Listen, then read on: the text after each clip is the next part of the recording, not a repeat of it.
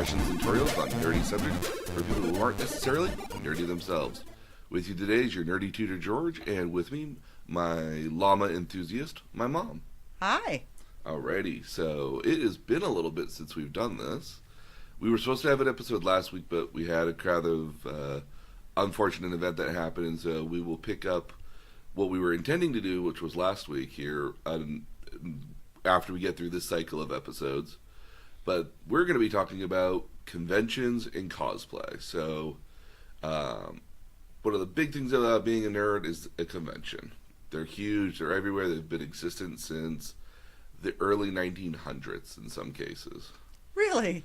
Yeah, so there's a thing called WonderCon that dates back to like the 30s and 40s here. Now, it was more or less about like literary stuff back at the time here, because you would have had like Jules Verne, stuff like that here, Mark Twain.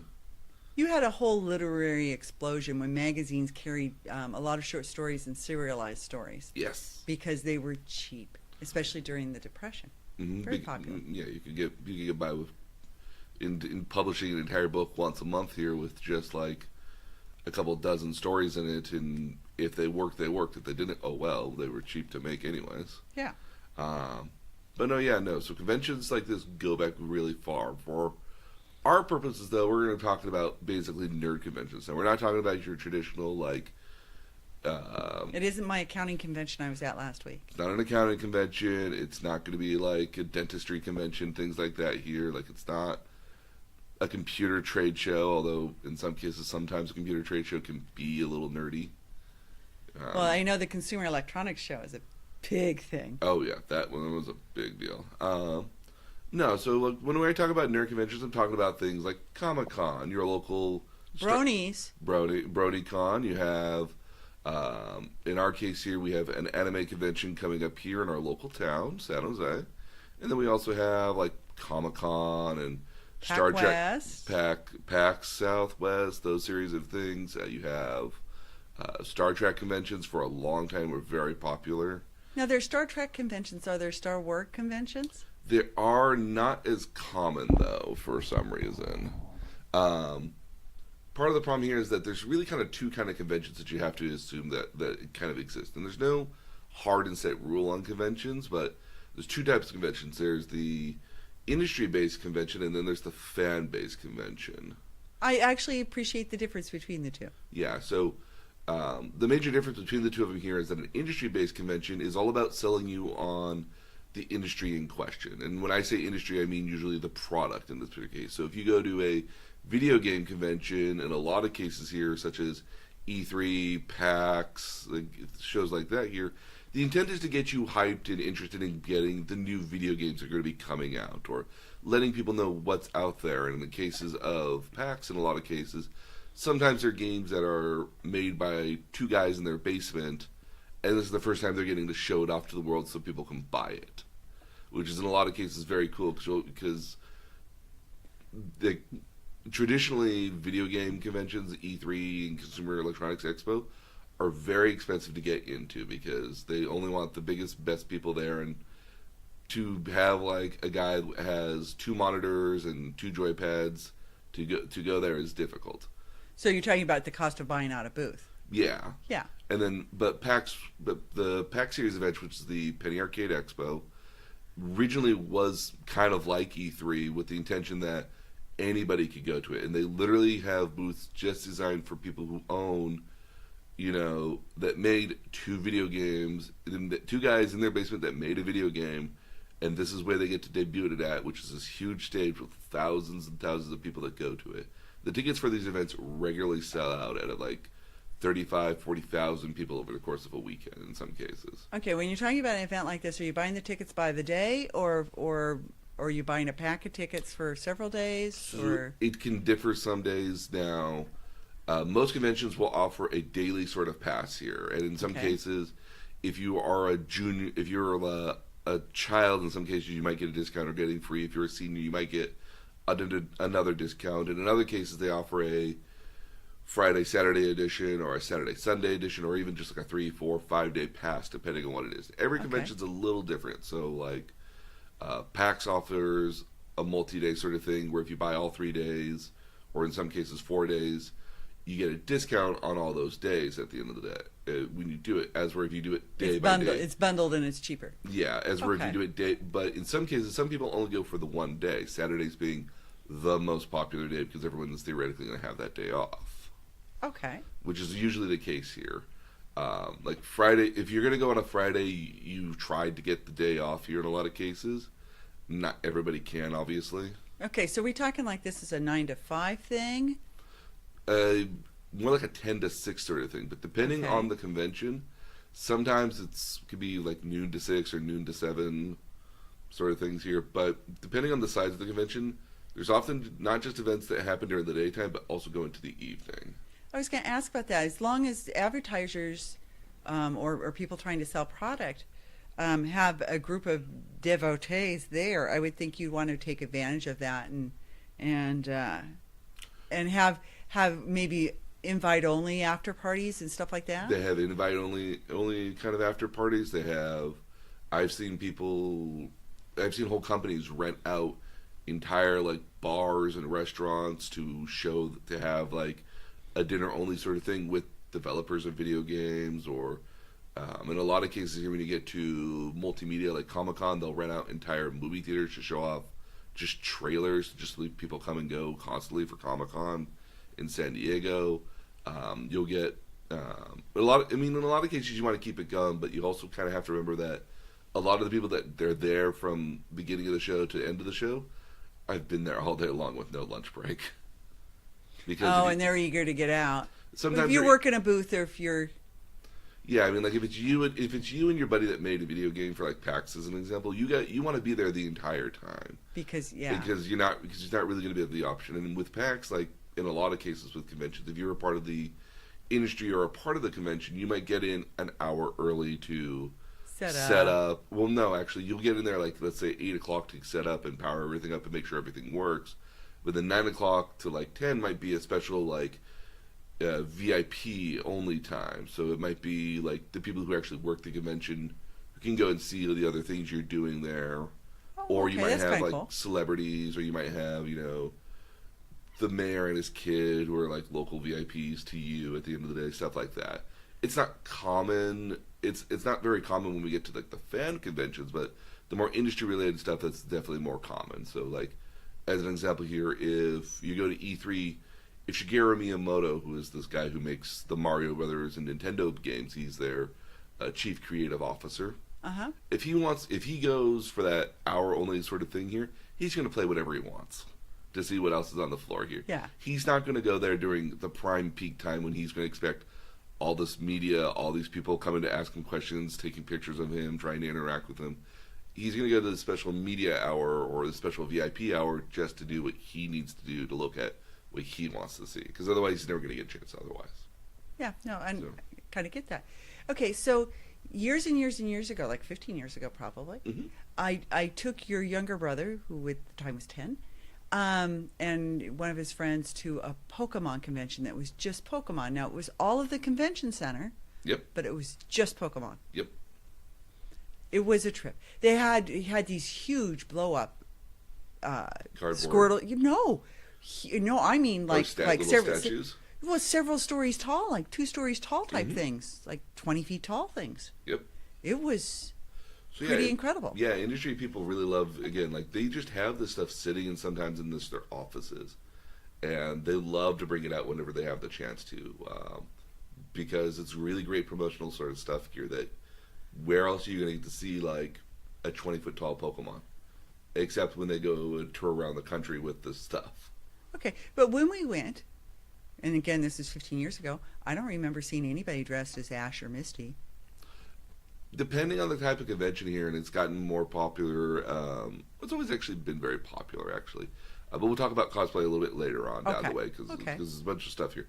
The other type of convention that we have here is a fan convention. And a fan convention is less about trying to sell you on something and more or less trying to just celebrate and support the products that you're into. So if you're really into Star Trek, you go to a Star Trek convention to meet other people who are really into Star Trek, buy limited edition stuff for Star Trek, and basically, if you're lucky, meet one of the guys from the industry there. Like, it's not Sort of like what you see on Galaxy Quest. very much. If you see Galaxy Quest, that's kind of what a fan convention is now. In a lot of fan conventions, it's not common for industry people to be there in some cases, but again, if you have like a Game of Thrones convention, there will be actors that will go there to that. Okay. Or there might be like producers or something like that that will go to it to support it because it's supporting their industry at the end of the day. And Right. if you take back to the Galaxy Quest sort of model here, like, it might be how these people are getting a paycheck in some cases, which is, I know some people that are like that. Like Lou Ferrigno doesn't get a lot of work, but he shows up at a lot of conventions.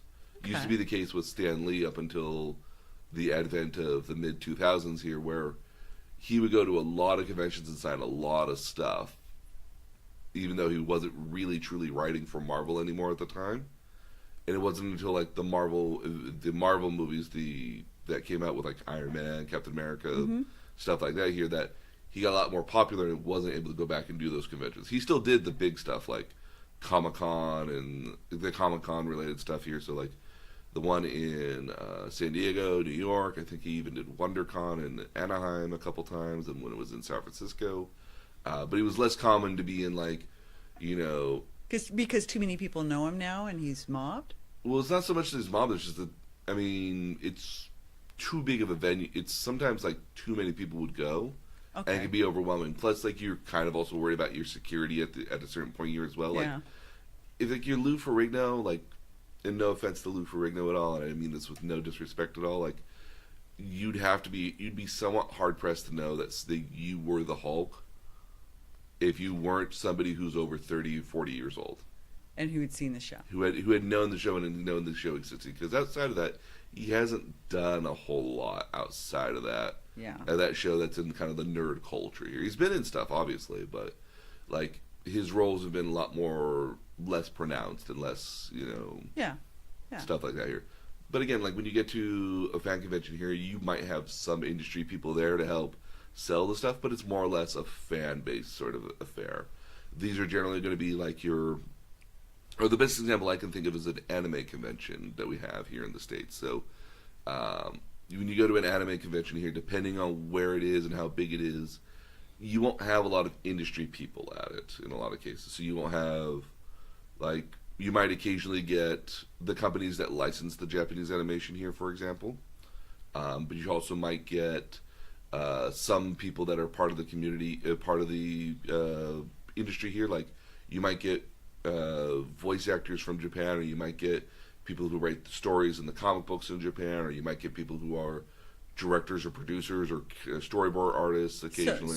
So from what I gather, then you're talking about names that I wouldn't know, but somebody who was, aficionado, a fan of it, would know. So, like, if you went to a Star Trek convention, you saw on the marquee Brett Spiner. Yeah. That's the guy who played Data in Star Trek: The Next Generation. He's been on Big Bang. Yeah, he's been on Big Bang. He memorably made his first series of appearances on Night Court. I remember that show. He was like not necessarily Romanian, but like Romani, kind of like. I know who he was. You mentioned it. Yeah. Yeah, I know. It was very funny stuff back in the day. He's got a great comic timing for him. But yeah, those are somewhat big names. But if you saw like a producer name on there, like, unless you're really into the show, you wouldn't know who this was. Yeah. Or you wouldn't, or in some cases you might get the guy that like literally hand built the starships or designed the starships, and that might be a big guy to somebody there. But most people wouldn't know. It'd be very cool, but you might get a lot of people who don't know who that is unless they absolutely tell you. Yeah, you'd have to be into it. Yeah, so. Okay. Now, mind you, like, none of this is, like, pure in any particular way. Like, again, like I was saying, fan conventions will have people from the industry because it's often in their best interest to help promote the industry, and a lot of fan conventions will pay to have somebody come out for it, So we have, like, the Silicon Valley Comic-Con, we've had people from movies and TV shows come. Like, we had one of the guys who did Doctor Who was one of the doctors. Uh-huh.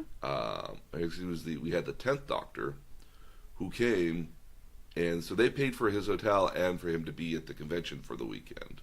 So this is kind of like, I think when I went to the Pokemon convention, I got signatures for you. Yes. Of from two artists. I had no idea who they were, but you knew. Yes. I can't remember them. They're buried somewhere in my closet right now. But no, yeah. I mean, like if you're just a casual passerby, you wouldn't know who it was. But if you were really into it here, you'd be super interested. Like Game of Thrones conventions are starting to pop up here occasionally. Yeah. So if like you met one of the guys, it was like one of the producers or one of the writers on it, or one of the director of CG for it here, and you followed the show distinctly, you'd be like, oh my goodness, he's the guy that made sure the dragons look like dragons. Well, I stayed in a place that was used for filming for season 2 in Morocco. It was very cool. So yeah, I mean, like these are kind of the conventions that you get here in a lot of cases. They're a broad range. One of the conventions we're leaving out here is like a Magic the Gathering or a board game convention here. Like, Okay. you have like there is, and I kid you not, there is a convention for people who play Monopoly. I have actually been to a Monopoly convention. Oh, okay. Sorry. So this is not When I was 19 19. like these people are the intentions of the rules. Yeah. Like these are people that like house rules. We don't care about your stinking house rules. We talk real Monopoly. Like Yeah. No, I played in a tournament, and I actually went 2 or 3 rounds. It was in Los Angeles, and yeah, no, you're not, you have to land on go. So and going to jail is a good thing. And going to jail is a good thing. Yeah, it was, the rules were different than, as you said, house rules. Yeah, so Magic the Gathering, I think, is the most common, more board game related sort of thing that comes up more frequently. Well, what about D&D? D&D has conventions, but a lot of the fun of being of Dungeons and Dragons for the most part is often the house rules kind of thing here. Like, you can be super serious with the rules, and other people can be far more lax with the rules and use the books as a guideline of how this is supposed to work. Well, there's a Dungeons and Dragons meeting every Saturday night at my house. I'm not the participant, but and they're drawing creatures. Yep, on graph paper. Yeah, some people draw creatures. I've seen some people who they're making things. They're talking about personalities that they give it. Yep, it's interesting. Oh yeah, no. Imagine an entire convention of people doing this. Oh my goodness. Yeah, in some cases yes, in some cases no. So okay. So you're going to go to a fan convention here. We're going to Fanime here this weekend. We got tickets. Okay. And like, I just want to get you kind of briefed on what we're going to see there. So this is a traditional fan anime convention here. So not everything that happens in a convention is transparent, is one-to-one with other conventions. So keep in mind that if you go to a Star Trek convention, or if you go to a Magic the Gathering convention, or you go to like a PAX convention here or something, like some things will carry over all the time and some things won't. So some things will be there and some things won't. Always check the websites. There's lots of listings. There's literally a website here for anime conventions that shows you what anime conventions are happening any day of the year. And there's usually at least 1 to 2 happening every weekend. Really? Oh yeah, throughout again, and it can be as simple as 1,000-person convention with 1,000 or 2,000-person convention in some cases, like just like a banquet hall in a Marriott or something. And other cases can take up full, mid-city convention centers, and in some cases like full city-sized convention centers. So they differ in size and in locations. Now, what's your favorite? My favorite? Uh-huh. Oh, oof. For Japanese animation, I love Anime Expo. It's the largest Japanese animation convention that's in the world here. It's about now it's about 65 to 70,000 people over the course of the July 4th. A city. July 4th weekend, mind you, like over the entire 4-day weekend, not every single day. Although on Saturday it certainly feels like 70,000 people. Yeah. It's one of the first major conventions I went to when I was in college, when it was very local at Anaheim, until it moved to the LA Convention Center, which is the same convention center they do E3 at, which is just huge. Wow. So yeah, no, That's a very fun convention to go to. It's massive. It'll take you like a full day to walk it in some cases to see everything. Okay. But then you have, but then I've also had a lot of fun with the Penny Arcade Expos. I've gone to both South and the one in Seattle, which is formerly known as PAX Prime. Then I'll just call it PAX West. Okay. Those were a lot of fun because you get to see a lot of video games that are going to come out here, and in a lot of cases you can go and play them and interact with them. The lines for it are atrocious, which is often why I don't play a lot of the big ones. Okay. But I like it because they also have a lot of board games and set up for casual hangouts. Okay. So you have a lot more ability to, especially when you get to PAX South, half the convention hall is just tables and chairs. So you can just kick it with other people that are in that kind of genre, and they literally have a place in the center where you can go and borrow board games. Oh, that's cool. So if you wanted to go play like any, they have basically any board game that's ever existed. Sorry? They have Monopoly. They have very obscure board games that only came out like 3 months ago here, like Settlers of Catan, Ponzi Scheme, all sorts of that. And then you also have the trade people that are there as well. So you might have somebody who's there for Magic the Gathering, or you might have somebody there that's like the Star Wars or World of Warcraft Fortnite trading card game. Fortnite's got so not all the time. Now sometimes when you get to video conventions, like not all the major games are represented here. Really? Usually, yeah. No, it's usually stuff that's up and coming, not stuff that's already been released. Okay. Because the intention is to get you hyped for it. So, like, Fortnite's created by a team called a video game studio called Epic, and what they'll be doing here is they'll be showing off the new Borderlands video game that they're going to have coming out here if they go to a PAX here, most likely. Okay. If you're the people from Blizzard who do World of Warcraft, you might show off the new expansions you might have for one of your major titles here, like Overwatch, World of Warcraft, Diablo, things like that. Okay. So one of the times that we went to PAX, I want to say it's probably PAX South, we watched you online be interviewed by somebody who was playing West. Yes. So West. PAX Okay. West. So, forget what the guy's name is. He obviously was well known. Oh yeah, no, he's it starts with an S, a Swifty. So his name is Swifty.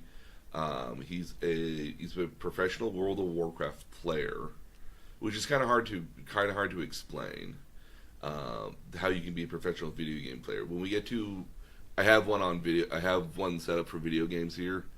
That explains that a little bit better. Okay. But yeah, like I was walking along the booth, and World of Warcraft was coming out with its new expansion, Legion, within a couple months, I believe, like 2 or 3 months. And so having a booth at the convention there was the first chance you got a chance to play it and experience the changes that were coming up, especially if you were especially if you had played it before.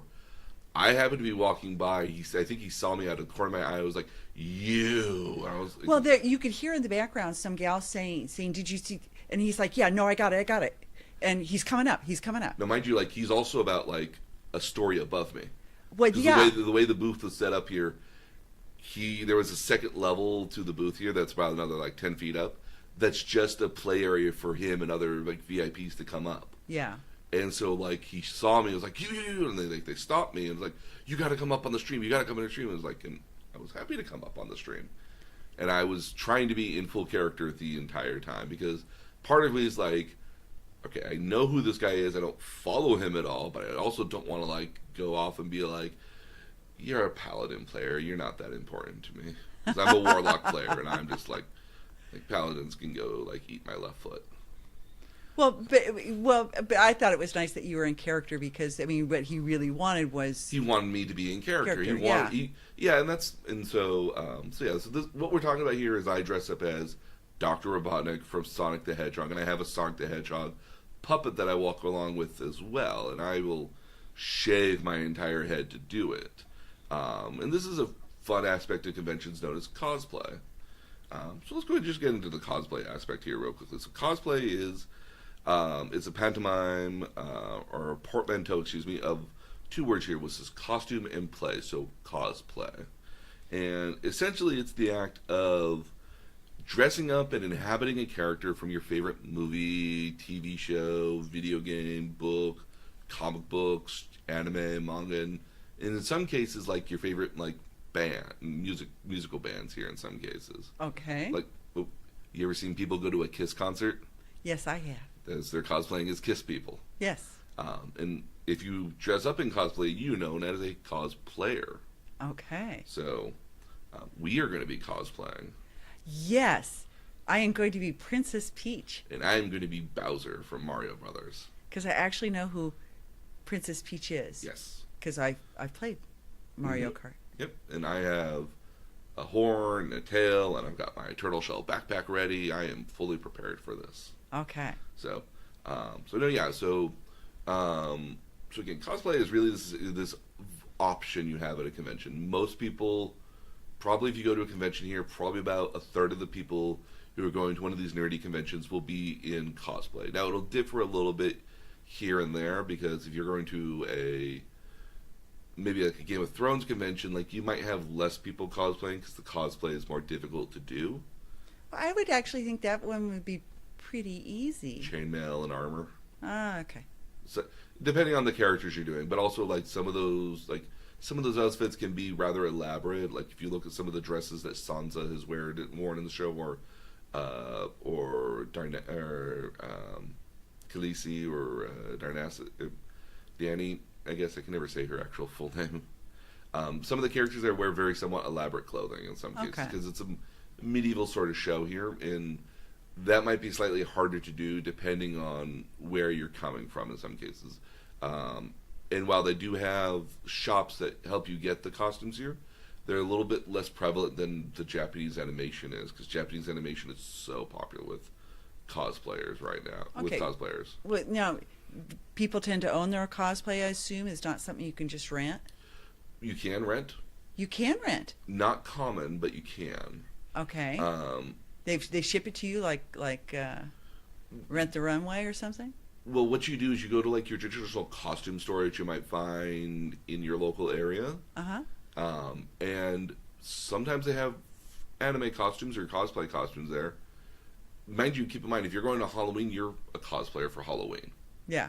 So, like, sometimes you go there, you get, like, especially if you're doing something from the West here, like, you get, like, a witch's costume or something like that.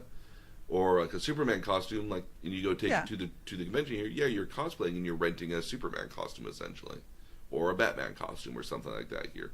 Okay. Here in the West, it's probably more likely that if you're renting a costume, it's going to be a Western something from Western media.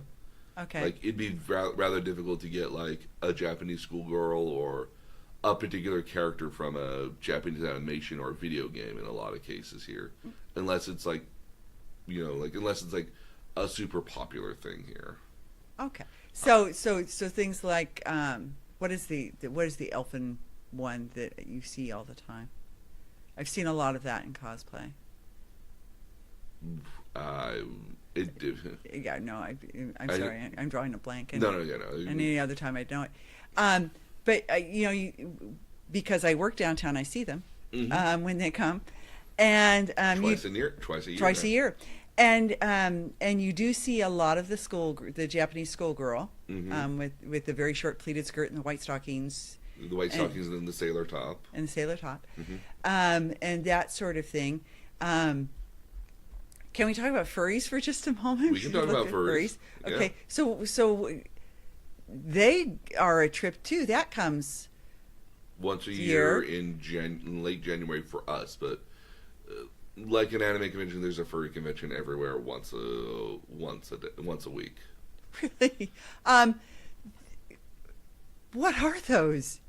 So a furry is basically, it's a cosplayer that dresses in a full body costume that normally resembles an animal mascot. Okay. So if you think about it here, like it's like you're dressing up like a dog from like a mascot team or something in a lot of cases. Okay. And what generally tends to happen here, and this is not by any means a way of discrediting anybody who's into this at all, furries get a bad rap. They come across as kind of fetish. Yeah. Well, in a lot of cases here, like, it's a full body costume. Nobody's going to know who you are unless you take the mask off. Yeah. And for some people here, like, it's a security sort of thing here to be like, hey, I can be whoever I want to be. And maybe I work at, and maybe for somebody they work at a weird job that requires them to be just like, I've met a furry who's a lawyer. Well, that would be like being a furry in my office. My office is very conservative. I wear a Yeah. dress every day. Yeah, very conservative, Yeah. very uptight, or it might be just like you might also be very not antisocial, but you might be an introvert. And it allows you to It allows you to the anonymity of walking out into a public space and being more of what you kind of want to be, or more yourself, without really risking anything at the end of the day. some anonymity. Yeah. Okay, so definitely the cosplay anonymity. that I've seen for the anime shows, Mm-hmm. people are very much, they may have a little bit of makeup on, but they're very much their own faces. They've done their hair and they've put the costume on, but you know who it is. Yeah. Okay. Yeah, no. For most cosplay here, like, unless you're a professional cosplayer, you won't see a lot of people going way over the top for their costumes, unless like you're really into your costume. Like, if you are dressing up as a character from, let's say, Overwatch, which is a very popular game here in the West, you might spend a lot of time making sure your costume is right and making sure if you're going to be walking outside there that, if you're one of the female characters, your makeup's going to look spot on, your wig's going to have all the right hair pieces intact, especially if you've got a costume that's got wings, armor, prop weapons, stuff like that here. Like, you're spending a lot of time for somebody to look at you, and you're going to go through a lot of effort to make sure that the like 8 hours you're going to be wearing it, that everyone's going to be looking at you and making sure you're like perfect set kind of shape here. Okay, but you do that because I mean, you've made a number of top 10 lists. Yes, I've made a number of. Well, I mean, like I just happen to be lucky enough to look the part of a bad guy. Well, but I love after you go to one of these, I'll search YouTube and Reddit yep. and Twitter and Instagram, and find all sorts of pictures of you. Shout out to my former boss in Newport Beach for posting on me on Reddit one time, where I got onto the front page of Reddit. I think I got up to like 25 or something at the top page. Yeah. It was like, my night manager dresses in cosplay. I was like, oh, yep, that's me. Yeah. It was a big deal on Reddit for like a day. Yeah. Well, I mean, and actually the person who tipped me off about it was Gina, your cousin, who saw it. I would have never known anything about it. I am not a Redditor. Yeah. So it's fun. I can do all these searches for Dr. Robotnik and for Eggman and find pictures of you. Yep. Which is a kick. And so you've got puppets, and you go to the nth degree because you have more than one of these. You have several. Yes, I have a Wookiee puppet, so I dress as Han Solo with Chewbacca, which is fun because I can do the Chewbacca growl, which is always fun. And then I have you have Obi-Wan. I have a Star Wars costume as well. And then I also have one from a video game called WildStar, which doesn't exist anymore, but I still love that costume so much. Is that the navy blue one with the silver and gold? Yeah. Yeah, that one was fun to do. Yeah. Yeah. I learned all about pleather. But no, that was fun. So I noticed when I was looking for Princess Peach, because if I priced the fabric to make it, I was looking, comparing making it versus buying it. And there are all sorts of things out there. She's well known, and there's Bowsette, and there's all sorts of versions that you can buy. Yep. And what was interesting to me was the price-wise, you could go from like $120, which is what I bought, and I have to say I'm impressed with it. Yeah. Made in China. All the way to $1,600. Yep. And all over Etsy. Yeah, so Etsy's a great. This is a good way to kind of how costumes are made here. So, Etsy, for those who are not aware of, is a basically like going to Amazon for makers. So people Right. who make I stuff. have listed on Etsy. Yeah. So like if you Yeah. knit or you make a particular thing here, like Etsy's a great resource here. Like I got my horns off of Etsy for my costume. I got my my crown and the right earrings and the right pin In the brooch, and yeah. the brooch and so let's talk about. So I spent the 120, and then the other things which were made by digital computer, Mm-hmm. Yep, 3D printed. 3D printed, but really nicely painted and finished. Mm-hmm. Were another $80, but they looked correct, and a lot of the other stuff that was less expensive didn't look Didn't look correct. quite the part here. Yeah. Now, so I mean that's one of the there's kind of like two major schools of cosplaying here. When creating a costume here, there's what they might call like a retail kind of version, and there's the handmade version. You obviously went the retail version of buying your costume, but a lot of it's also handmade because it's people who handmade these particular portions of it here. Like you could have very well gone out online and bought a officially licensed Nintendo Princess Peach dress. It would Right. not be the right quality. It That would be you might like a expecting. Disney princess dress that I buy for my granddaughter. Yeah, you can do that, but I mean, Yeah. like, but it's like that's not that's not a really super accurate version of it here, and it's a very more or less like a like I don't want to say a slight purchase here, but that is a retail purchase at the end of the day. And Yeah. in your case here, like somebody else basically made most of your costume here. Like you are not you're piecing it together from in a piecemeal fashion, but somebody essentially made your costume. Yeah, But, my major work was putting in my credit card number. yeah, yeah. And then I'm obviously- fine with that, by the way. No, and a lot of people do that. Conventions, especially when you get to like Anime Expo, as an example here, you could go if you never had a costume beforehand, you can go to the convention floor and buy a costume there on the floor, go to the bathroom, change into it, and come back out right away. Because they sell wigs and the costumes itself and robes, and if your character has a prop sword, they have prop swords there that they sell too. Well, see, and I could have gone with the wig too. But the wig was another like 40, and I'm blonde, so Yeah, no, I think it would be superfluous. yeah. So I didn't bother. But it interests me to hear you say that, because it seems like then why couldn't you have a temporary stall? Maybe list yourself in one of the hotels and rent a small meeting room and rent costumes for the day out of there.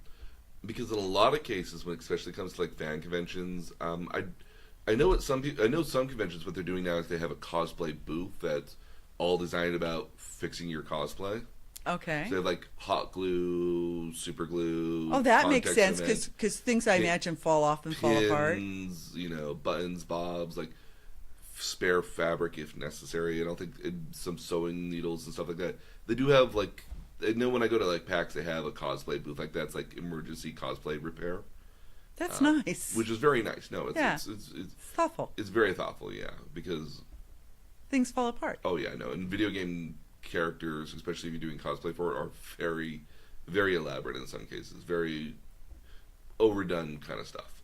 So I so if know something when breaks, it's something when I breaks. did the Obi-Wan costume for you, when I looked at the drawings, there were things that couldn't possibly exist. No. Yeah. No, video game. I had to figure that out. Yeah, no, video games are notorious for making stuff.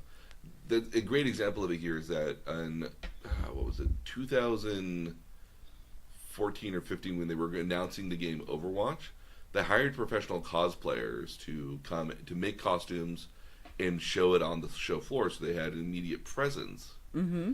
And one of the things, and they gave all the cosplayers like all the digital assets and all the pictures that they had for the costumes that they were doing.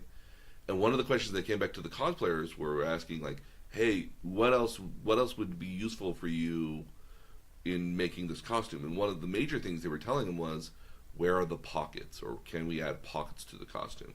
Yeah, that makes sense. Pockets. Pockets are big. I mean, I know a lot of women who complain about not having pockets, even like the pockets on their jackets or their pants are fake pockets. Yeah. So pockets are a big deal. Even when dressing up as Robotnik, I've got pockets on me, but because one of my hands is always dedicated to the puppet, I have two pockets on either side, and that's it. And if somebody starts handing me a bunch of business cards for like, oh, check out my website for this, or hey, really got to look, here's a flyer for here's our new game, get 15% off. Like, those get into your pockets and those get stuffed real quickly. Yeah. And especially when when you're trying to take out stuff to be like, oh, let me take a picture, click, or in my case, one of them is another prop I have, like, it can be difficult. Yeah.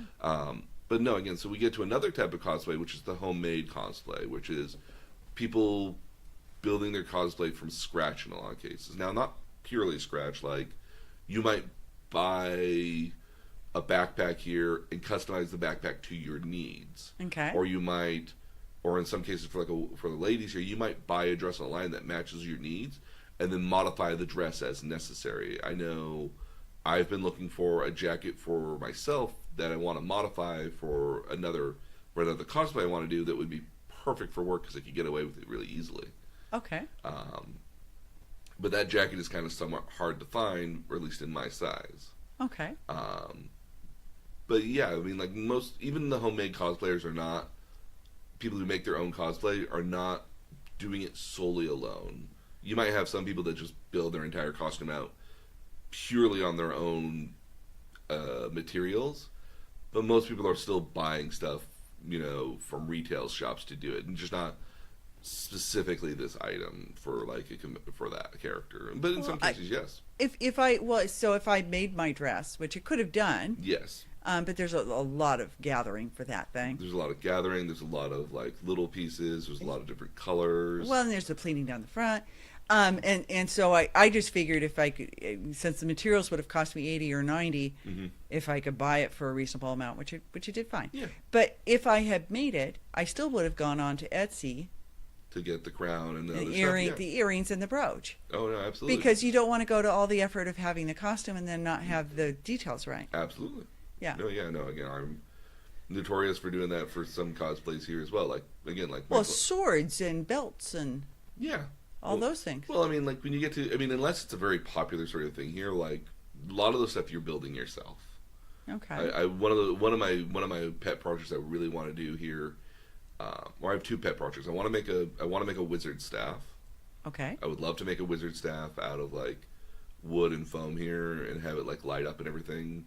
I've got an idea. Cool. I've got an idea for a book that when you open it up, it lights up as well when you open it, and it has different colors and LEDs that kind of swirl back and forth to make it look like you're casting spells from the book. That'd be cool. That one I sourced. If I did it, would probably be about $80 to $90. Yeah. But that's like a pet. That's a personal pet project for another time. Okay. And then the other one I really want to do is I want to make a foam sword, a big foam block sword. With a wooden shaft down the middle for support, but I want to cover it in zip ties. Oh. So one of the things when it comes to props at a convention here, especially if you've got a weapon or anything that's bigger than a foot here, you have to, in most cases for conventions, get it approved. I can understand that because you could be doing all sorts of wounding. Well, not even so much wounding so much as that it's got to be something that's approved by the convention. And you might, and especially when you get to the nature of... Do they have a check room if you're not approved that you can leave it in? No. Some do, but most don't. Like, if you go to, like, Anime Expo, they have a literal luggage storage area where where you're going to a hotel and you drop off your luggage and you have a ticket and you come back and you pick it up later. That does exist at Anime Expo. It's usually sponsored by one of the companies, usually. Right, yeah. But for smaller conventions, usually no. Like, it's not an option here, which is an important reason to read the website before you go. So, let's say, for example, here, you have a character that has a rapier kind of sword here.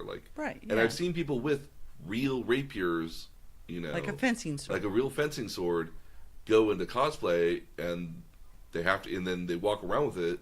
And I've been that guy that's basically had to tell people before, because I've worked at conventions before. I've worked at Anime Expo for 3 years on the convention floor, one of them being peace bonding and cosplaying.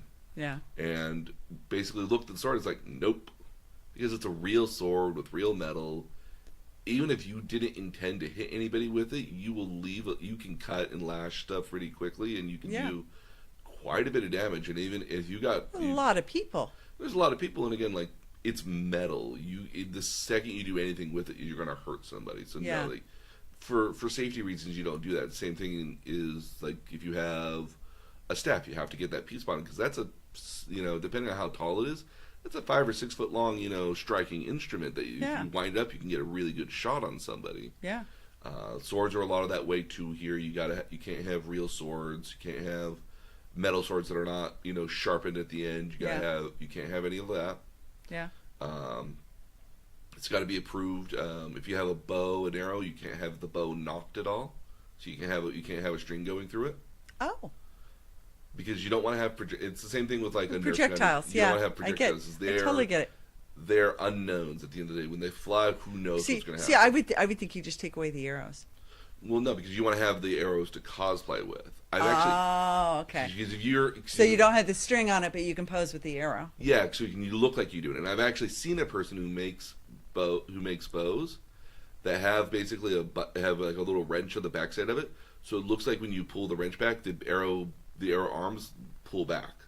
So it looks like you're fired. It looks like you got an arrow. So there. it tenses. The bow tenses. It puts the bow in tension, and you can't see if it's going out there at all. Okay. You can't see the string at all, but you can pretend like the arrow's there, essentially. Okay.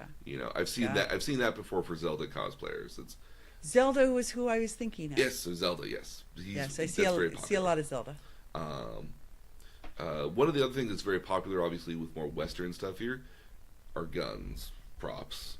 Those are generally within reason. Like you can't bring an actual firearm to a convention. There's no way that's ever going to be allowed. Okay. They don't even like you bringing airsoft guns either, obviously. Okay, so no Nerf. Now you can have a Nerf gun if the gun is deactivated. So if you've taken out the spring from a Nerf gun, you can carry around a Nerf gun with you.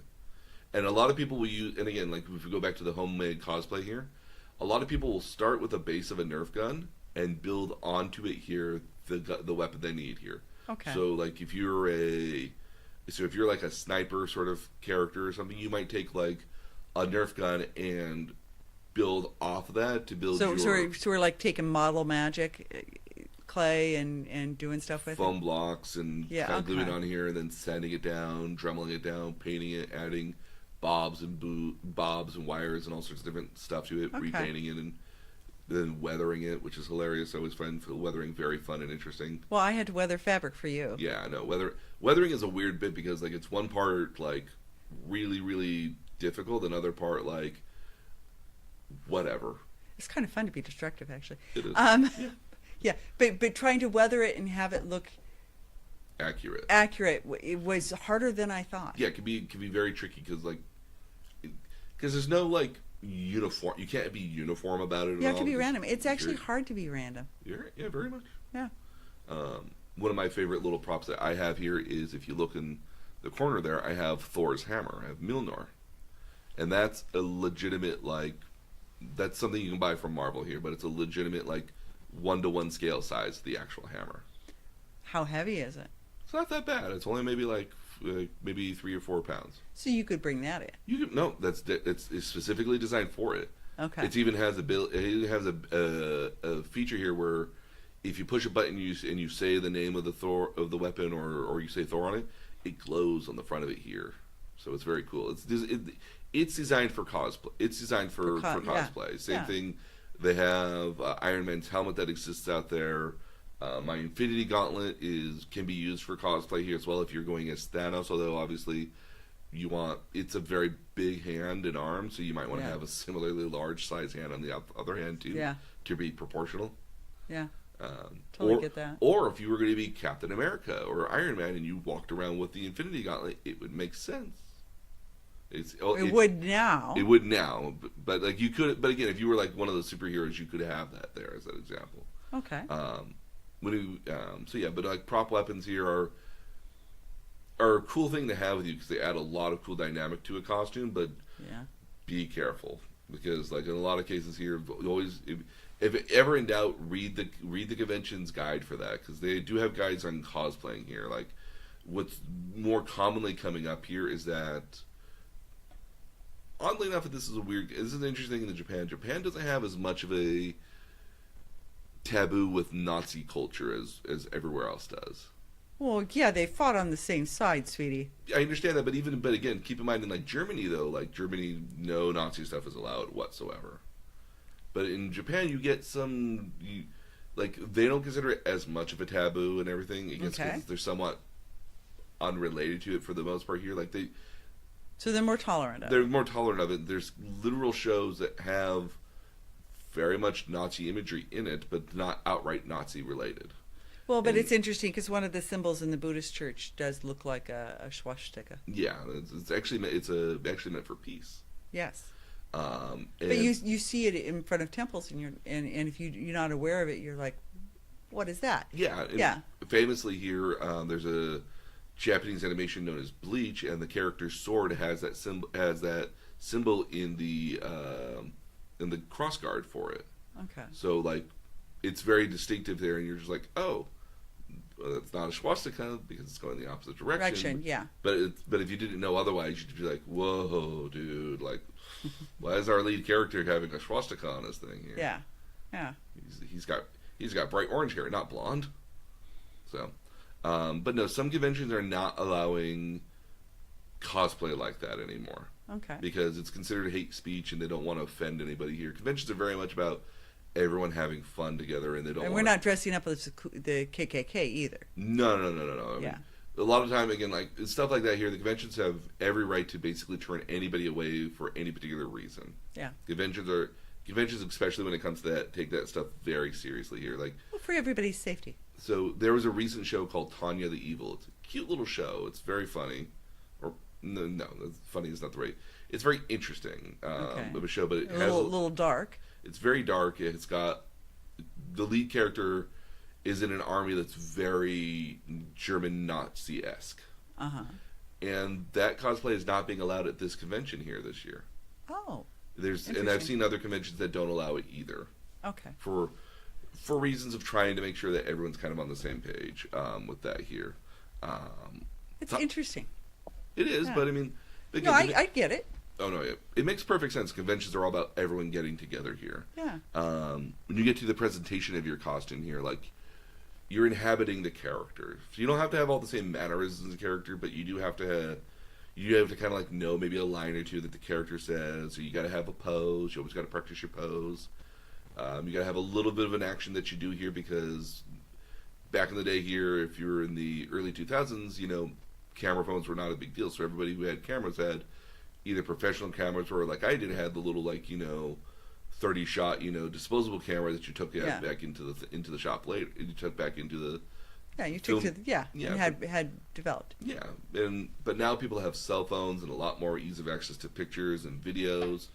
And a lot of people, if you're cosplaying, will want to take pictures of you in cosplay and Oh, yeah. and stuff. So you kind of got to have like a pose ready. So I've got like my Bowser pose ready, and I've got a couple different ways I'm going to move around if necessary.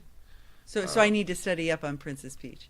Well, if you just look at some of the classic, She giggles. She giggles. She has a couple classic poses that she has. Like, it's all you got. That's all you need to Yeah. do. And you don't have to be great at it. You don't have to be perfect at it. You don't have to know anything else. You just have to have fun. Well, I can have fun. Oh, definitely, very much fun. We mentioned professional cosplayers before Yeah. here as well. These are people who literally companies will hire them out to make a costume that's a part of their game Uh-huh.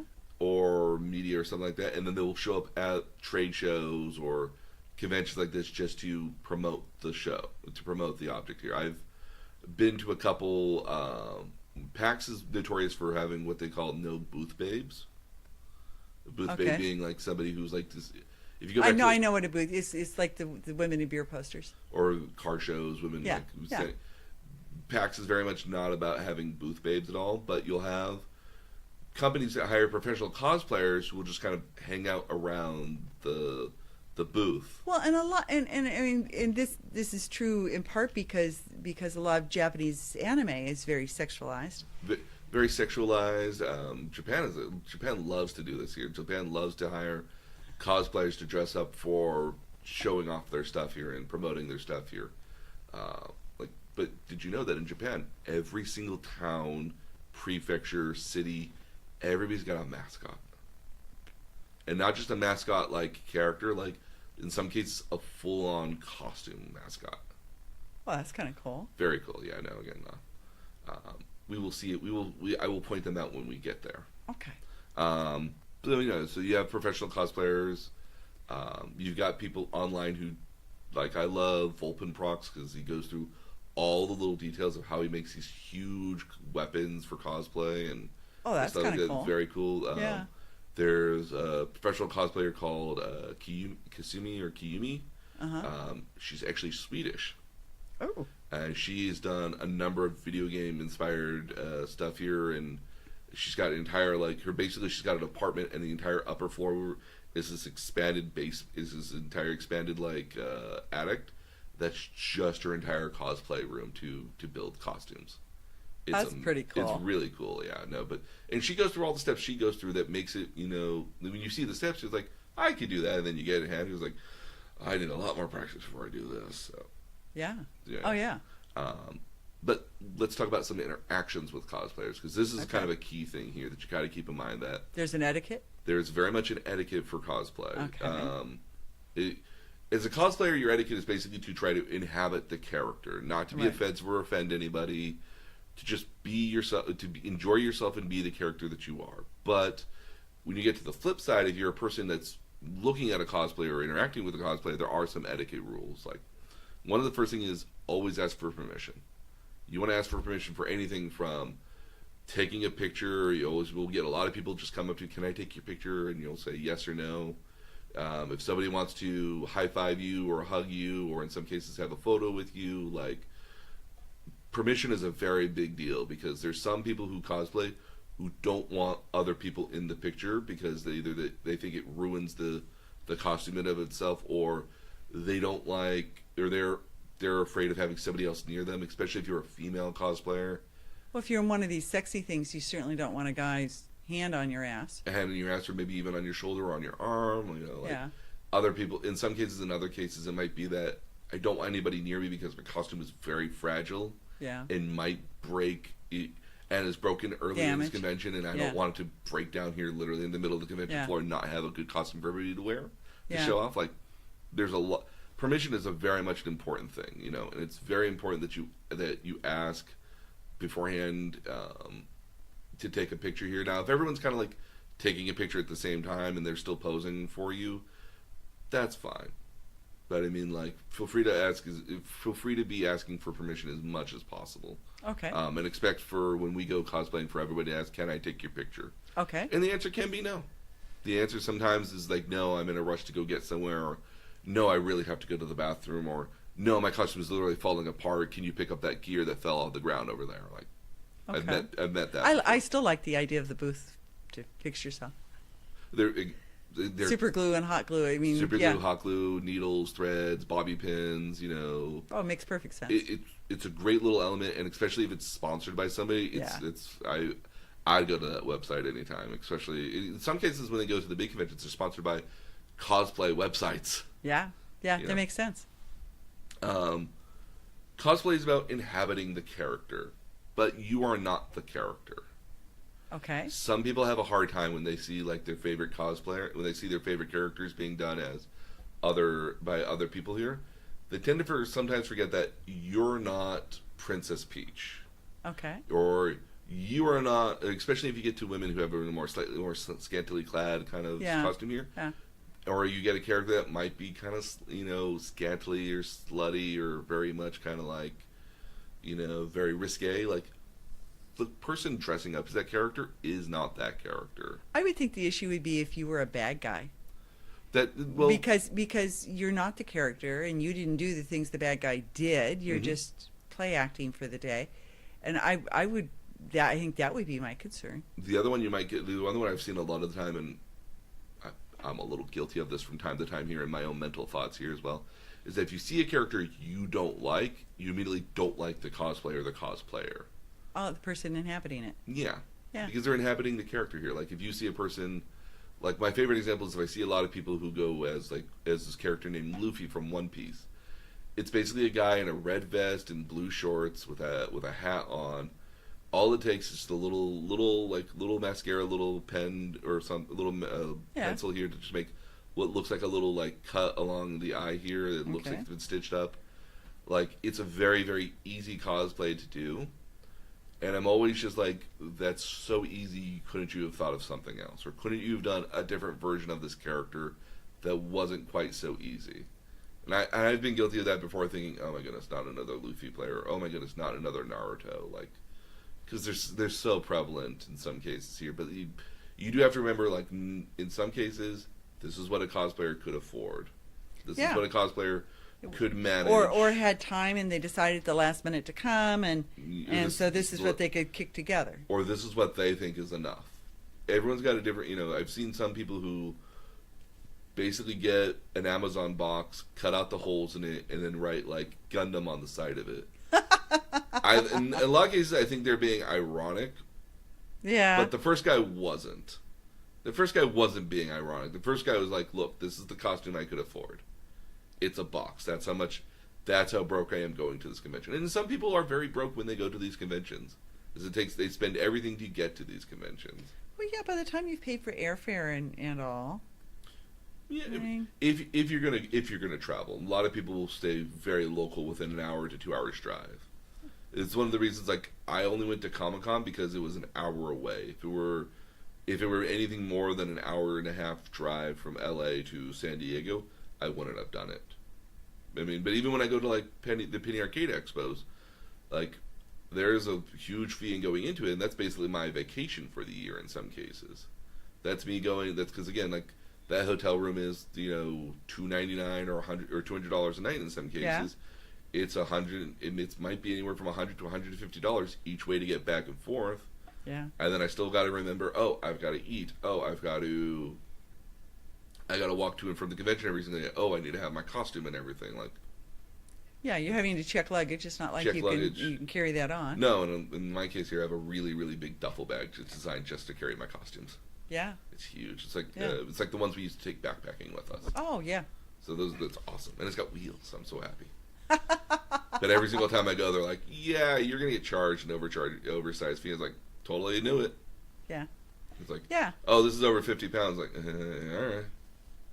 So, another big one here, and this is a big thing you'll see at conventions here. It's called cosplay, and it'll have like a dash sign, equal Uh-huh. consent. Cosplay does not equal consent.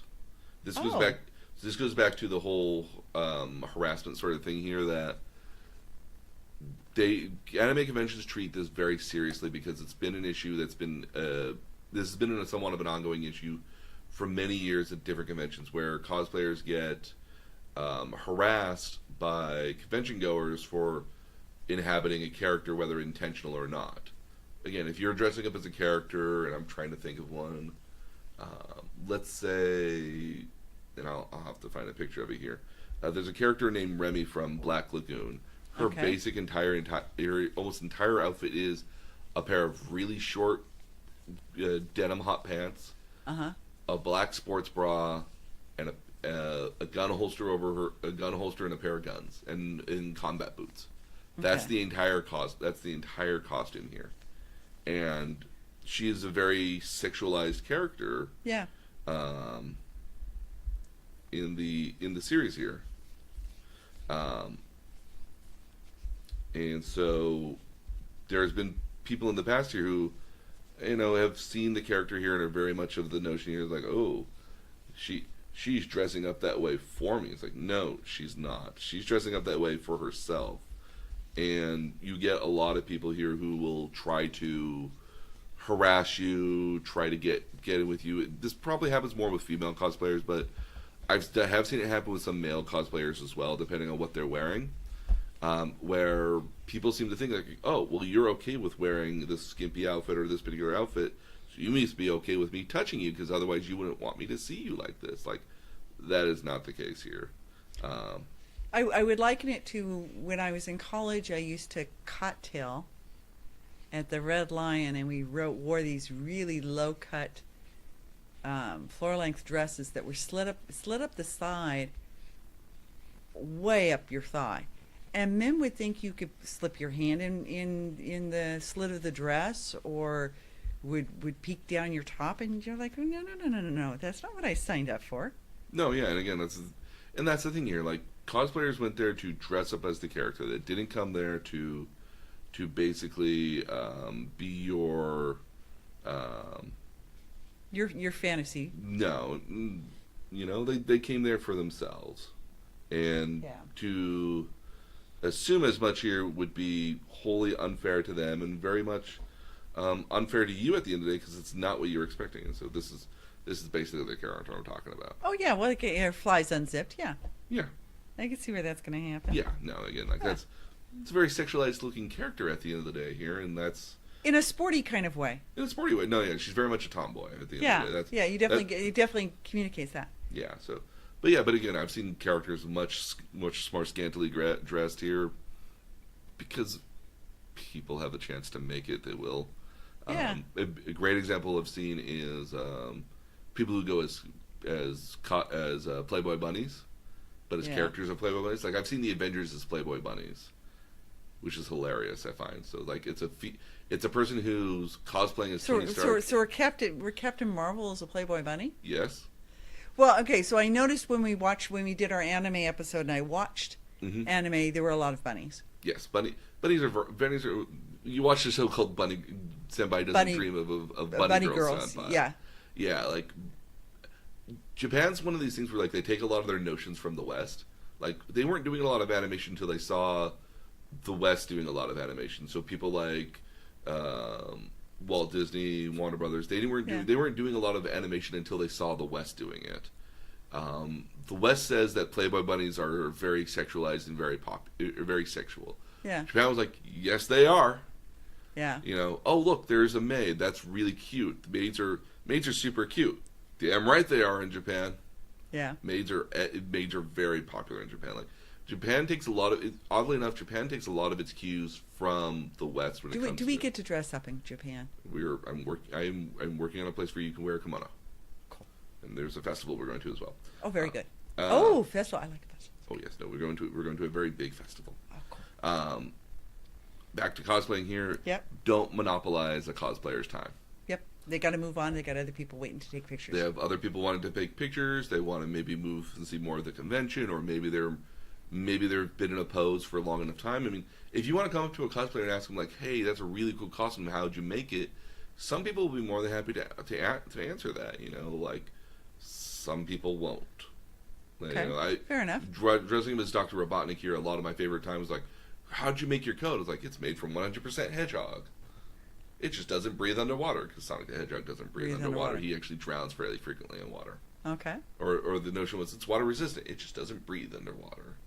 And that was always fun for me. Or people would ask me how I made the puppet, and I would go into describing how I made the puppet, especially the spines in the back because they're individual spines, like and they're meant to model like the video game character. We got a little statue, and I basically put blue painter's tape on it, and then pulled the painter's tape up and used that as a template and just blew it up. Yeah. So don't like monopolize the time is what I'm saying. So what are the issues you've had when you've been in cosplay? Because you do the cosplay very successfully. You have a number of costumes that are really cool. Oh yeah. And as I mentioned earlier, you frequently end up on the best of show list. So what problems have you had? I actually have an award for best of show. Oh, that's so cool. Yes, from Crunchyroll Expo. They saw me and was basically like, you look like you're a good cosplayer. Do you want to be in our masquerade? I was like, I've never been in a masquerade before. I will do it. And I was very, very popular. I walked out and everybody was like, oh. So I was happy with myself. Very good. What issues have you had? So again, like I said before, pockets can be an issue with your costume here. Especially when it comes to women here. A lot of time women will go with their boyfriend or another friend here who will carry around a bag from them. The bag is designed to carry makeup if you need to redo your makeup, bobby pins or fix it kind of stuff here. If you're carrying around something that's got batteries in it, they might have extra battery packs or something like that here. Or in some cases, they just hold your water. Yeah. Like I've met people who are cosplayers and they'll go up to their because you're hot. They're hot, or they might have a fan. So pockets. So if something's available for pockets are a big deal. Okay. It's not uncommon to see a person who will have like a bag from shopping and they will put it by their feet. Yeah. or they'll hold onto it with their feet while people are taking photos of them, because obviously you don't want to see a person Yeah. holding a local bag and Yeah. like a shopping bag in their Yeah. hand in some cases, unless it's a part of the character, and sometimes it is. Okay. You get a lot of mom characters from Japanese animation that where they're carrying around like a bag that's got like what looks like vegetables in it is the deal, Okay. and they just use that bag for their like as a purse, I guess, at the end of the day. Okay. Bathrooms are a big issue for cosplayers. Oh gosh, yes, I hadn't thought about that. Yeah, no, Because I've got a huge petticoat. Oh no, yeah. No, it's one of those things when what I generally tend to do here is that if I'm cosplaying, like, in some costumes I've had good luck going to the bathroom in, and other ones I have more of an issue with. Robotnik's one that's a bit of an issue because I have a full one piece Underneath the jacket. underneath the jacket here, and for me to get access, and mind you, like it's workman's overall, so they're smart enough to have that zipper go in the opposite way so you can go to the bathroom. But it's still this notion of I got to take off the gloves, I've got to put down the puppet here, and if you're going into a bathroom stall here, like for a men, like where do you put anything? Yeah. I can imagine it's only going to be much more difficult for women. I always wonder how brides go to the bathroom, if at all, and I've been led to understand like very carefully. Yeah. Yeah, So- because you use the dress. Yep. Yeah. So bathroom can be an issue here. Like I generally tend to, I will wait till after I'm done cosplaying to drink a lot of water. So the night before, I will drink a fair amount of water, usually about a liter of water beforehand, and then while I'm out on the floor, I will try to avoid drinking any water. Or if I do, I drink like a cup of water. So I'm not having my grande Starbucks on Saturday morning. Well, if you need the Starbucks, that's not uncommon to just see a cosplayer just walking around with like a big cup of Starbucks going. You know, but like if you've got a costume which is difficult to get in and out of, or Yeah. to go to the bathroom in, or you wouldn't want to just kind of take off right away, like that could be difficult. Yep, got it. But if you're okay. but if you're like in a Japanese schoolgirl costume, or you're one of these like Naruto costumes that are very simple costumes at Yeah. the end of the day, like that will probably be less of an issue for you. Okay. One of the other ones here for interactions, don't linger. Okay. Girls especially don't like people kind of like just hanging out in the shadows or onto the side of them. Being creepy? Sometimes they can be very creepy. I mean, like some people seem to think that going to a convention is a great chance to pick up people. It is the worst place in the world to pick up somebody. Oh, so you go to these things and at night you don't... You hook up with other people. Yeah. Some people do. It's a bad place to do it at, because you get the dynamic I have with nerds, which is this like 1 to 10 scale here. Like in general, I'm a 6 or 7 like nerd on a lot of topics here. Some topics I'm at an 8 or a 9. A lot of other topics, like when we get to like Magic the Gathering, I'm like a 2 and a 3 level You understanding. used to of it. play. I used to play, but it's been Yeah, a long time. yeah. And even when I was playing, I wasn't playing very good. Okay. But like, there's some topics I know a lot about, and there's some topics I don't know a lot about. The spectrum when you get to a convention here is that the spectrum is all over the place. Okay. And you might meet a person that's like I've met a person one time who was following me around for a good half hour because they thought I was just like the coolest guy in the world dressing up as Dr. Robotnik. And I eventually had to like look at him and was like, dude, like if you want to take a picture, you can take a picture. If you want to say hi, you can say hi. You don't have to keep lingering, man. It's weird. Yeah. And after I told that, they ran away. And then I would see them occasionally in the convention, but then they would and they would run away. And I don't want to dissuade anybody from talking to me at a convention. I want to talk to people at a convention. Yeah.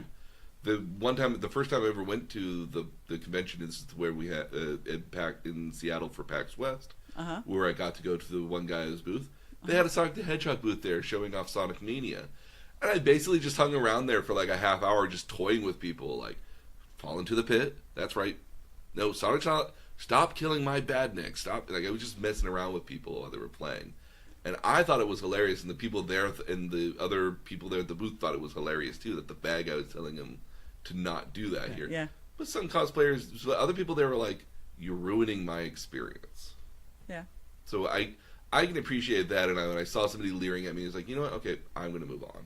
Yeah. I have other aisles to walk, and people who have not seen me here yet today. Now, you have said before that you would like to go some days to the convention, not in costume, or for at least a couple of hours so you can actually see it. Yes.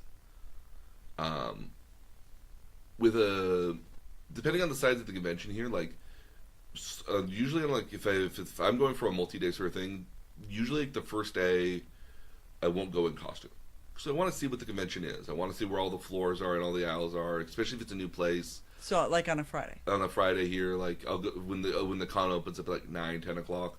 It's the first like 2 or 3 hours. I might just walk around without my costume on, because especially if you're going to walk the floor of the convention, you want to know where the open spaces are, so that way you're not in the middle of the aisles blocking traffic, or you want to be able to avoid being in a situation where you are halting access to other places. A lot of time when you get to some conventions here, the staff will be very vocal about, hey, no taking pictures in the aisle, or you got to take pictures off the show floor. They say that and it never actually happens, but I mean, like, it's always. But it makes sense. You don't want to create a traffic jam. You don't want to create a bottleneck or stuff like yeah. Like that is somewhat intentional. So I often will go for, especially when it's like PAX West, which always has a slightly different layout every year. I'll go and I'll scout the area and then figure out where I want to cosplay at and where I want to kind of linger at. But also I might want to like go and try a video game or try something else out there. And you can't do that while you're in costume, because it's not that it's weird, but like, it's out of character. It's out of character, and me kind of walking around without, me just kind of hanging out at the table, just playing a board game in some cases. People will come up and stop me and be like, hey, can I take a picture with you? And I got to stop what I'm doing, take a picture for like 2 or 3 for like a minute or so, then sit back down and be like, okay, who did what here this last turn? Yeah. Like, it's rude to the other players at the table, and I don't get to enjoy it as much either. So yeah, sometimes just walking around the convention without the costume on is worth it as well. I get that. So let's talk about some of the things you can find at a convention here. Okay. In every convention is going to have what they call an exhibition hall or an expo hall. Okay. In an industry-based panel, sort of convention here, this is a convention where it's going to just completely have one booth after another that's trying to sell you their product. And that product being in, let's say, E3, PAX West, a video game conference here, like each one of those booths or something have somebody's video game that they're trying to sell you. Yeah. And that's the entire point of the show, is for trade industry people to show off what they have there. Like if you go back to old computer conventions, or the Consumer Electronics Expo in Las Vegas here. Yeah. An industry convention is all about them showing off their wares. At a fan convention, though, it's the exact opposite. Every single booth there is meant for commerce. And now when I mean commerce, I mean, hey, look, I've got leather-bound books and leather-bound stuff here. Who would like to buy leather-bound stuff? Or, hey, I've got this giant wall of every single Funko that's ever existed for nerdy stuff here. Which one do you need for your collection? Or, I sell wooden swords. Or, okay. I sell hats and shirts. Or, this is the stuff in my store that doesn't sell. Maybe somebody here will buy it. So it's all fan paraphernalia. Very much fan paraphernalia. It's very much like going into like a covered market, if you will, or the Jade market. And basically just, you'll see a lot of stuff there where you might never see this ever again. Yeah. This is something that came out in I've got one of my figurines here is something that came out in like 1999, and they don't make it anymore. So it's the only time you'll ever be able to get it here ever again. It's the last run of it or something. Or one of my favorite ones here, which is the little girl that's with the blonde hair with the huge banana on her head. Yeah. Which is actually her hair, actually. Well, yeah, I always assumed it was her hair, so I was surprised to hear you say banana, but it is banana. It looks shape. like a banana. Yeah, it does. Banana shape. It does. Yeah. I've never seen another one of those like that ever. And so it's one of those things where, like, when I saw it, it was like, let me walk around a little bit, make sure it's not somewhere else, because sometimes some people will sell stuff for a lower price than other people. Yeah. Or something that's really, really popular might be there a couple days later and might be like half price that last day. Because you don't want to pack it up and take it home. Precisely. I want to say like 2007, 2008, then the Anime Expo had a big thing where they had these cat ears that reacted to your emotions, or to your emotional kind of spectrum. So if you were like really kind of like, if you were like really alert, the ears were kind of like twitch a little bit here and there. If you were just in kind of very content mode, they were kind of like this. And if you were kind of if you were like more low energy, they were kind of like droop down. But they like looked at stuff, they might perk up if you were like, oh, that's something of interest, and you would perk up. They were very cool. They were all over the convention here. Like, everyone was selling them for like $75, $80. And as the convention went on, after days went on, they got lower and lower in price. So finally they were selling it like $50 a piece. Yeah. And then that next year out later, like they were like rarely if ever seen it. If they were like $40 a piece here. Like I bought a pair like almost like a decade later for like $25, which is kind of it was just kind of a cute thing. Well, it's fun. I love stuff like that. Absolutely. So that's an expo floor here. You're gonna have an area that's outside of the expo hall. It's usually it's like a lobby or a promenade sort of area here. This is where a lot of cosplay happen, where a lot of cosplay pictures happen, because in a lot of cases, depending on the convention, they don't like you doing it in the convention, so they'll actively dissuade you from taking pictures in the convention, or they'll ask you to leave the expo hall until you're done taking cosplay stuff like that here. And so like this outside area, will be a great place to take pictures, especially if it's outdoors and you have a lot of like scenery, or you got a lot of like objects kind of in the way to stand on and move around in.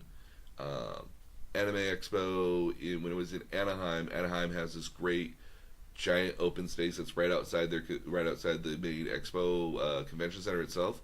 And one part's got like palm trees and kind of like grassy areas, and other places got like this tiered sort of steps on it, so you could take like big giant photos. They have a lot of, I think they realized they have a lot of like space that they wanted to give people chances to take different photos at, and so it's a great place. But on a Saturday, which is the biggest day you can go, Okay. You'll have a lot of people who gather up on those days as well, which are very cool. Okay. So you might have a picture that was everybody who was dressed as that theme, or in that particular costume. Yeah. You get costumes. You might see like we might, and it's not as usually very common, but you might see like 2 or 3 other Princess Peaches, and you might all just hang out as 3 different Princess Peaches here in some cases. Yeah, that would be fun. Especially if you're if you're cosplaying something that's got a lot of characters in it. Sometimes you're seeing another character like, oh my goodness, finally another character. You want to hang out for a while, and you might walk around for an hour. Especially if the 2 characters are like love interest or related to each other or family members, something like that. Hey, I've never seen like that's a really fun one here. Like if you see, there's a show called Full Metal Alchemist. If you see a guy who's got a little red coat with a blonde hair and a braid with a kind of metalish looking arm. If you see his big brother that's in a suit of armor, which is not very common, like those 2 people might hang out a lot during the convention. Yeah. Because that's a guy in a big suit of armor. That's your brother. That's a big part of the show. Okay. So that's kind of cool. Yeah. Depending, you're gonna always have what they call panel rooms. These are rooms in which you might, depending on the type of convention here, is going to show you how to do X, Y, and Z, or you might meet somebody who's a celebrity who's going to tell you about some of their stuff, or you might be, here's a guy who. So as an example here, you might have a panel room that talks about Star Trek's spaceships. And it might be just a fan-based community, but hey, here's everything we know about the Enterprise, or here's a little shuttlecraft and everything, or here's some standard tech of like Star Trek here. Or you might have something where like, oh hey, Brett Spiner's now going to talk for like an hour and a half or 2 hours and take fan questions, or talk about cool things that happened on the show when he was in it, or maybe in some cases you get the producers like, yeah, this was really tricky to do this here and there, stuff like that here. So in an anime convention, we're going to get some people who are like, oh, here's how I draw an anime character, or here's how I put a model together, or here's how you try to get into voice acting. Like, there's a lot of these panels here and almost anybody can host a panel at a fan convention here. You just got to like just get in early and prove that you can do what you know enough about what you're doing to be able to do it. Yeah. And you got to have about an hour's worth of material too. Yep. Slideshows are very much welcomed. Yeah. So I would imagine. Okay. In more fan conventions, you're going to have like a game room or a game hall. Fanime does do this here, where they have an area that's going to have a place to play some board games or a place to play card games. It's going to have some console gaming. So if you wanted to play like PlayStation, Nintendo 64, they'll have some stuff there, kind of just out and about for you to play. The bigger conventions might have like actually rent full arcade games and put them out there. I know Fanime does do that. Okay. Another one that's kind of more common with more fan-based conventions are viewing rooms. So you might have especially an Anime Expo and Fanime here, we'll have rooms that are just playing non-stop episodes of Japanese animation. So you might just So you might just walk into a movie. You just might walk into a theater kind of setting here with a bunch of chairs sitting around. Yeah. And just be like, oh, here's an episode of Ranma One Half. I'd like to watch Ranma One Half for a little bit. I've literally wasted hours in here watching Japanese movies of just bizarre Japanese movies. Yeah. Just for the sake of being able to say, like, I saw a movie called Zebra Man. Was it about a zebra man? Yes. Cool. Well, it was about a guy who was trying to be a superhero from a TV show that got canceled many, many years back, and somehow got wrapped up into a very weird sort of situation where he ended up having to become the hero. It's a very cute movie at the end of the day. It's very much a fan appreciation of that kind of era of dressing up in costumes, sort of superheroes.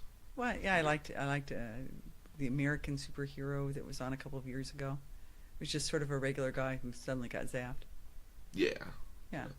So yeah, but you'll get a lot of viewing rooms like this. These are great places to take a break at. Because it's in a dark, Get off your feet. to get off your feet. If you're in like a big costume, it's a chance to just kind of like shed some of that costume for a little bit. So like if you got a costume that's like a full thing of armor, even if it's just foam, it's a chance to take off the gloves, take off the chest piece, and take off the helmet, and just kind of like just sit in the back, just sit on the ground or sit in the back of the theater and just be like, because nobody's going to see you in a dark room, nobody's going to want to take pictures of you, and everyone in there is very much like, shh, it's a movie theater sort of setting. You might have different conventions are always going to have different stuff here. Like if you go to a Magic the Gathering Grand Prix or GP, I think they've rechanged the names here to something else. Most of their expo floor is literally play space for the different tournaments and games that are happening. It's literally just wall-to-wall tables and chairs for just people to play. That's kind of fun. Yeah, it's kind of the reason you go to one of these conventions, to play Magic the Gathering. So you're going to have a lot of places to play it at. You'll have some people who are selling cards and other paraphernalia here, but Yeah. most of the area is designed for the play space. And if you have panel rooms, it's about, oh hey, you really want to get into drafting, or hey, you really want to get into this is the lore of this particular card set here, or something like that. Because oddly enough, in Magic the Gathering, there's a lot of lore. Yeah. Well, I tried to, because I had three of you that were kind of into it, and I tried to pick up on it. Yeah. And do it. I was never any good. When I mean lore, I mean like there's an actual story being told in this card game, like Yeah. beyond just the game you're actually playing. So Yeah. No, I get it. So one of the things you might want to do when you go to a convention here, like what are some of the things you might want to find at a convention, or why would you want to go to a convention here? Like, well, if you're really into something, I'm finally going to meet other people that are into it too. Yeah. Nerds are of these kind of the genre here where like they're things that they're interested in are already kind of hard to find people to get interested in with them.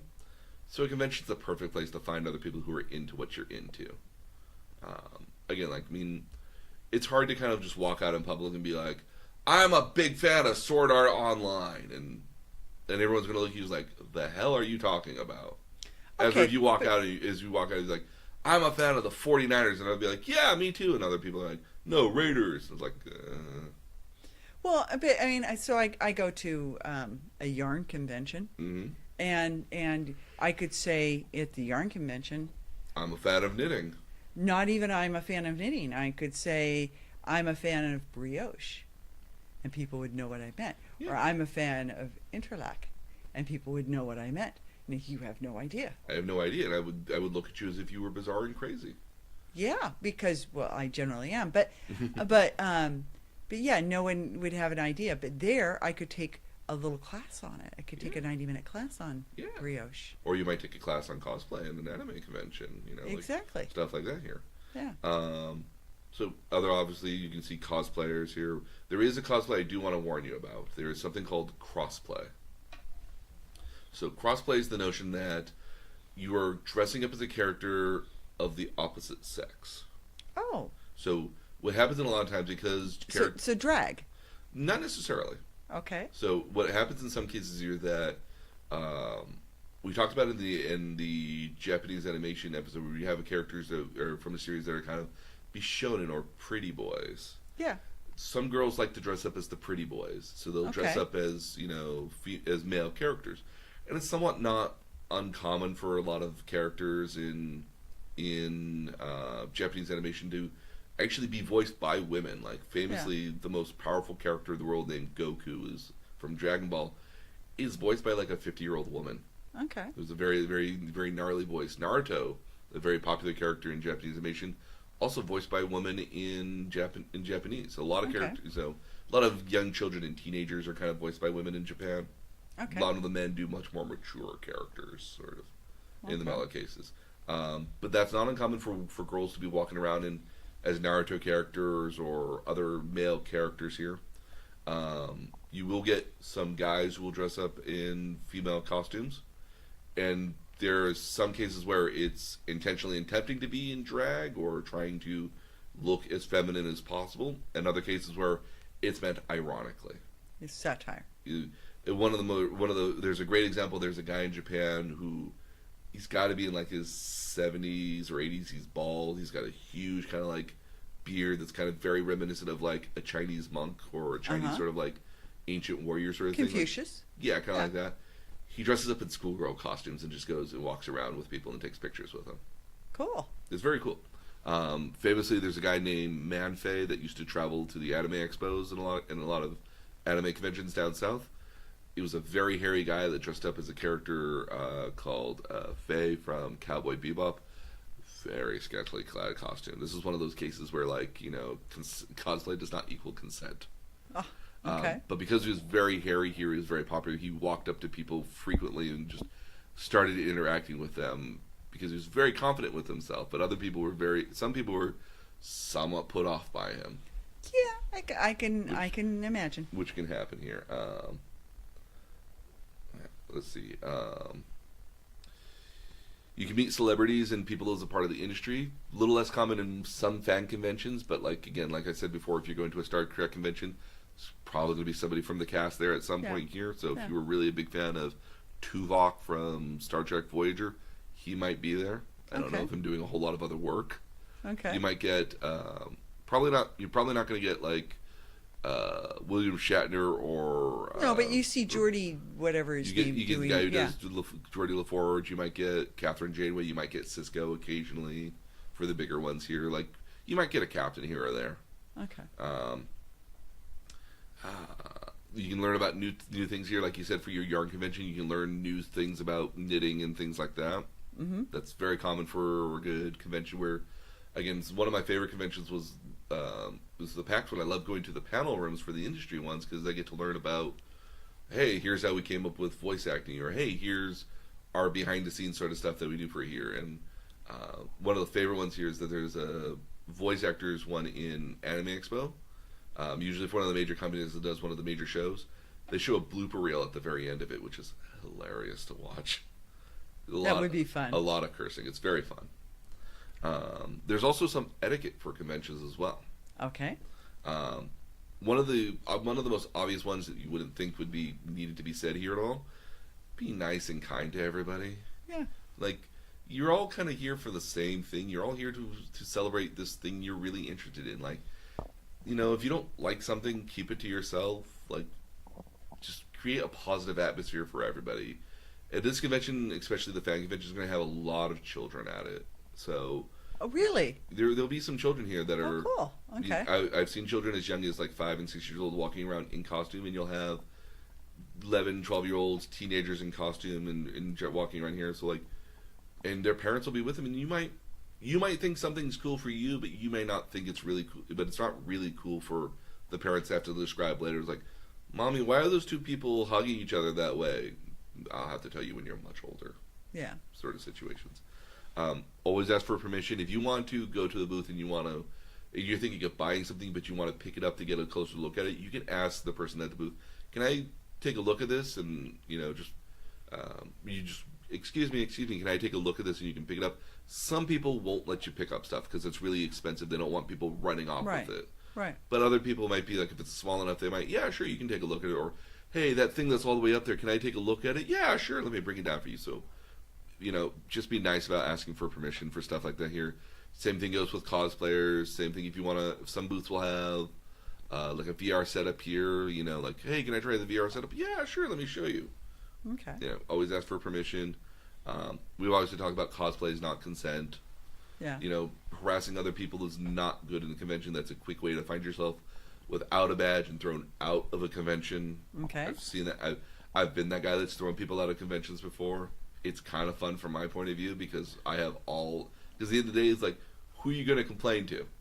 Yeah. I'm going to go to the police. Be my guest. The police are going to be on my side. Yeah. So, if you're going to go to a convention, read the cons rules beforehand. Cons have wonderful websites that list out all their policies and procedures. Especially if you're cosplaying, it'll tell you like if you're going to have like a prop weapon, what are the specifications for it here. Like, can you bring like a gun? Some conventions won't let you have any sort of realistic guns, even if you have the orange tip on it, which denotes it being a fake gun. Right. They will not allow any guns. It has to be Okay. a futuristic or sci-fi gun. Okay. Some conventions won't allow you to have won't allow you to have like a staff over 6 feet tall, or a Okay. weapon that's taller than you in some cases. Okay. Stuff like that here. Don't lingering, not necessarily lingering for watching cosplayers or other people, but like don't linger at a booth. It's a quick way to look like you're being you know, Like sneaky and casing, suspicious. yeah.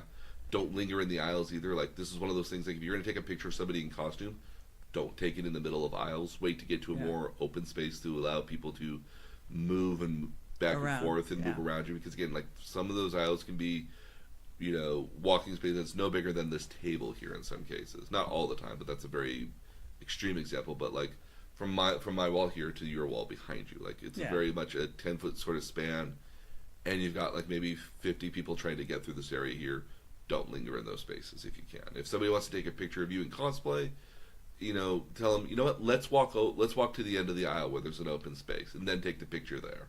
Yep. So you're not in anybody's way at all, or anything like that. Like, it's somewhat unavoidable, especially if you're at the booth here, that people at the booth are like, oh my goodness, she looks so often, let me take a picture. Click, click, click. Like, sometimes that's unavoidable. But if you're going to pose with somebody, that takes a moment. Yeah, or if you're just going to pose in general, like depending on, in your case, you're going to have like a big petticoat, that might, you know, that's Yeah. a lot of room that you're going to have to walk around in some cases. Yeah. And I haven't seen how big the petticoat is, so, but, It's pretty big. like, what, like 160 centimeters or something, or like, It's just probably 2 yards wide. ooh, nice. We'll see. Yeah. Cool. Yeah. If you have children, set good rules with your children.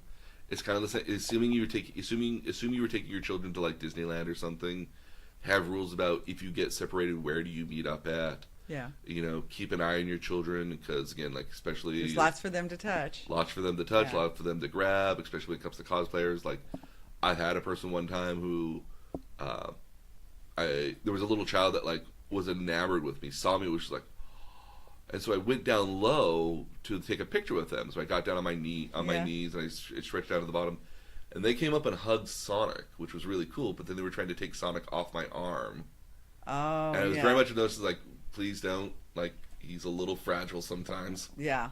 You know, Yeah. she was like hugging him really tightly, and then it was like we all thought this was amazingly cute, and she was dressed up as a Chun-Li, and it was so cute. Yeah. But she was also kind of ruining my cosplay and almost breaking it, and I was like, Yeah. darn, No, I 6 totally years get old. that. Yeah. So yeah, like keep an eye on your children, obviously. I'll keep an eye on mine. Okay. Yeah. Come bathed.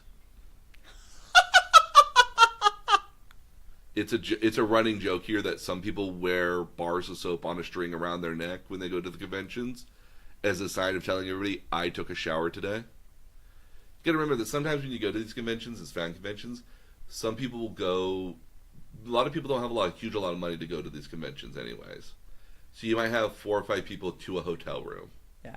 That's gonna happen at mine. Yeah.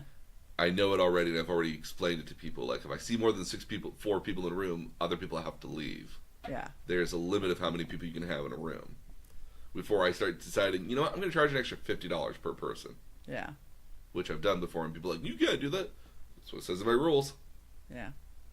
So, some people go to these conventions and don't bathe. It's an odd sort of situation that you have to explain that to people. Come bathe, bring deodorant, wear a nice perfume if you're a woman and you have that option too. Like, smell nice when you're going through the convention. It's a small enclosed area. We're all going to smell each other. Cool. Okay. It's not going to be crazy, but you'll come across the person that's like, whoa. Wait, no. I mean, understand that I go on a bike ride that's 7 days and 551 miles, and by the end of each day, we do shower at the end of each day. But by the end of each day, when you're in that shower line, people smell. Well, mind you, again, like you're gonna have people that are walking around in the same clothing for hours on end, Day after day. I totally get that. And those can't be easy to have dry cleaned either. If you're having a costume in general, like for example, like when I went as my Pokemon character, I have a sweater. Now, when it's cold, hot. the sweater is fine. The sweater is perfect, but I don't sweat in the sweater. But if I'm in a room, I can sweat a little bit because it's kind of warm. Yeah. And like that's why like I have a travel size Febreze. As soon as I'm done with the costume, I just hit like 1,000 times with the Febreze and leave it in the bathroom to dry overnight, so that way when I get up the next day, it smells laundered to a certain extent. Yeah. But if you're in a I hadn't thought about that, but you're right. Yeah, but if you're in a or in some cases, if you're wearing the same costume for like 3 or 4 days straight, like again when I wear Dr. Robotic, I'm wearing that every single day. Yeah. I hit that thing with a Febreze after every single day because I'm sweating that costume from walking around all day long. I'll probably put in about 20,000, 30,000 steps in a day. Yeah. Just walking around the convention floor, and not uncommon. Now ladies might sweat a little differently. Can't necessarily say, but I'm sure We glisten. Fair. So yeah, that's something you kind of have to keep an eye out for. Like again, coming bathe. Don't be afraid to bring Febreze with you in a small travel size to spray your clothes with. It's going to be well worth it, I promise you. Okay. And then last thing here, take a break. Get off your feet at some cases here. Like if you're a woman that's walking around in like heels all day long, depending if they're not even comfortable heels, because sometimes the cosplay doesn't consider that at all. Like take a break. Like take a break to go to the bathroom. Take a break to put your stuff. If you've collected a lot of purchases, go back to your hotel room, your car, drop it off. Like you don't want to be carrying this around all day long. Like just take a break. It's okay. Yeah, and it's important to just take a break. You don't want to overwhelm yourself at all. Got it. Okay. And lastly, obviously, have fun. Yeah. So we're gonna go to Fanime here this weekend. We'll come back and we'll talk about the cool things. We'll talk about our costumes and everything, because I'm sure we'll have lots to talk about there. Yeah. And we are going to post pictures of what we see at the convention on our website. There we go. At nerdtutorialpodcast.com, and then as well as on our Facebook page for facebook.com/nerdtutorialpodcast. We'll post a bunch of stuff over there as well, and then I'll try to post some stuff on Twitter when I have the chance to as well. We're only going to go for the one day. I've got work, and as much as I was able to get one day off, I really feel bad about taking the one day off when everyone else at my hotel is going to be just flummoxedly busy. Yeah. So that's why after that I'm going to work like 6 days straight. Yep. So I am the good guy, hopefully, at the end of the day. Okay.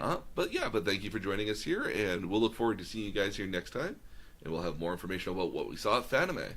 Wow, I'm really looking forward to it. Me too. Princess Peach signing off. And the Bowser signing off as well. We'll see you guys here next time.